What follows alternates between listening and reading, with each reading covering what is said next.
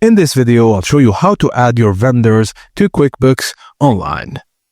Firstly, from the left-hand menu, click Expenses. Select Vendors. On the top right of the Vendors page, click New Vendor button.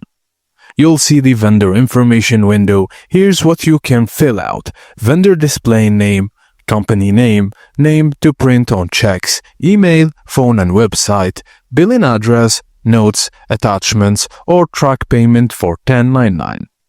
Once you've added all the necessary info, click Save. The vendor now appears in your vendors list. To edit their info, just click the vendor name and then click Edit in the top right of their profile window. And done, you've successfully added a vendor to QuickBooks Online. Let me know if you'd like help setting up the 1099s as adding payment terms or categorizing vendors' expenses.